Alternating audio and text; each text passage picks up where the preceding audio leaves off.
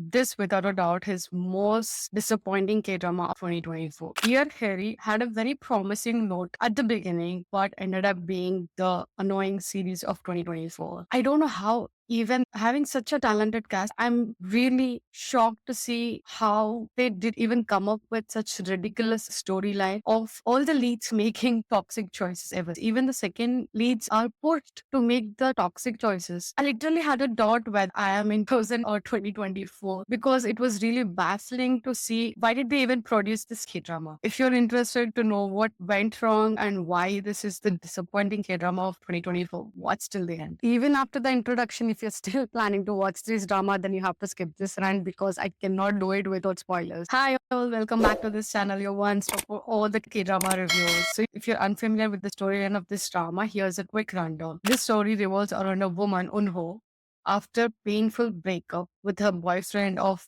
years who refuses to commit and get married to her. She develops a dissociative identity disorder due to this painful breakup. The worst part is that they both work in the same news company where they work as an anchors. Due to this disorder, she gets a new personality that's called Henny. While she is struggling with her ex being in the same company, her new personality is dating another second male lead who's working in a different news company. No one knows that she has any kind of mental health issues because she's been hiding it well for the past 4 years. If the moment everyone gets to know what happens next is the storyline that you get to watch. So Harry is Uno's younger sister who went missing 20 years back when Harry did not want to go to the college trip, but Uno was the one who forced her to go to the trip, which till date she feels regret and guilty about. Due to this guilty and painful breakup, she gets this disorder. The most frustrating and ridiculous part of the series is, though they have dated for 8 years, none of them share their traumatic past. Neither Onho shares her sister's past and what she is going through, and her boyfriend also doesn't share what his past and what are his responsibilities. How come you're dating for 8 years and never shared anything about your past? The second thing is start of the relationship is also ridiculous because he proposes to her saying that I like you, but ghost her for 6 months. And though they been part of the same company. After 6 months, he comes back talking to her. I mean, being in the same company, seeing across each other in the same cabin, you don't talk to 6 months and then come back to her. Like, who does that? The third thing is that male lead has a heavy backstory. He has his own traumas after losing both of his parents. His father, who has taken loan from a gangster woman, fails to repay because of his own death. Due to that, the male lead, Jong Hoon-ho, is taken care by the lady who says that I will take care of you in return, makes sure that he takes care of her during a old age. And there are 12 gangster women who are old and he has his responsibility till their death.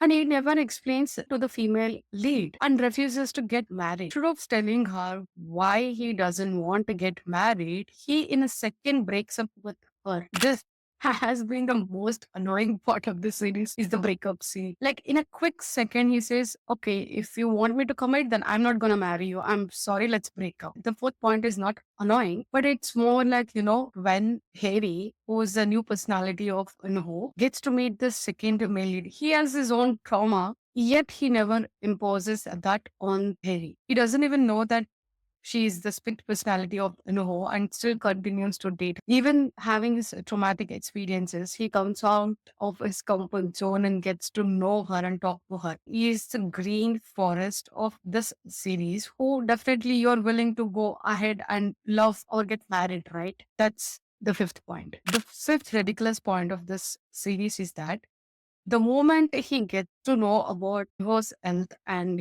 that Harry is a split personality and not the real one, he says your well-being is more important. I don't care which personality you are having currently. All I want is you and you being well. That is so beautiful. And then she comes back running and hugging him tightly, which made me feel, alas, that after 8 episodes, she's finally getting into him and she's understanding that this is the kind of a person she has to be with. But no, that's another annoying thing. She hugs him and tells that he made her realize that the toxic ex is the one she's actually in love with and wants to get back with him. How shit can this storyline be? If you name every toxic thing, this series will definitely have it. A scene where the female lead and the male lead running and hugging and kissing each other, making it look very romantic, but that's very annoying for sure. Without even discussing, are we gonna get married or what? Nothing is discussed.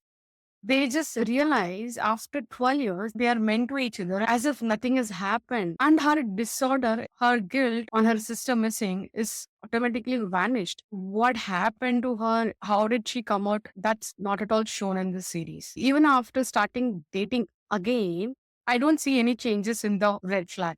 Because whenever she says that she wants something or she likes to do something, the first thing he says is, "No, I got my girlfriend back after fighting such a disorder. Let me take care of her." There is nothing of that concept in the series. Like being ill treated, the main lead, Jung-hoon, gets to know about Inho's disorder from the second male lead. When he says that your ex-girlfriend is suffering from this disorder due to your breakup and yada yada, the first question a red flag talks about is, since when are you dating? She's never even bothered to ask what kind of disorder she has and since when and everything. Which boyfriend of 8 years does this? That's when our green flag boyfriend says that, is this what you're worried about your girlfriend who's suffering? That whether I'm dating her or not. So since he tries to control her, in the way everything is shown romantic and protective, but it is not. It is toxic as hell. You will go and ask your girlfriend whether she's doing fine or what is the issue is, but all he does is them not to me. The male lead decides to get married to the female lead only when he gets an approval from the grandmother. She doesn't even know that this guy has dated for 8 years. The only good thing about the series is second male lead and the second female lead. They are the green forest of the series. The second male lead was coming out of comfort zone and treating the female lead at the best as possible, while the second female lead, who was in love with our second male lead, is yet a strong, independent woman who doesn't need anyone's approval and knows her worth very well. This storyline has to be the lead story, but unfortunately, this was part of second lead storyline. Finally done with the review. I had really high hopes for Dear Harry. Maybe if they were talking more about the mental health or how not to be in a relationship. But seeing the leads going back to each other even when nothing resolved is when I felt this was the shittiest drama of 2024 for sure. I will never in my nightmare refer or recommend you to watch this drama. It's for 12 episodes and available on Rakuten Wiki. That's the end of this video. If you like this video, don't forget to subscribe. If you haven't watched Twinkling Watermelon, here's a review on the series. Also, here is a playlist for all the Korean movies I have reviewed recently. Don't forget to watch and don't forget to comment what you want me to review next. Until then, annyeong!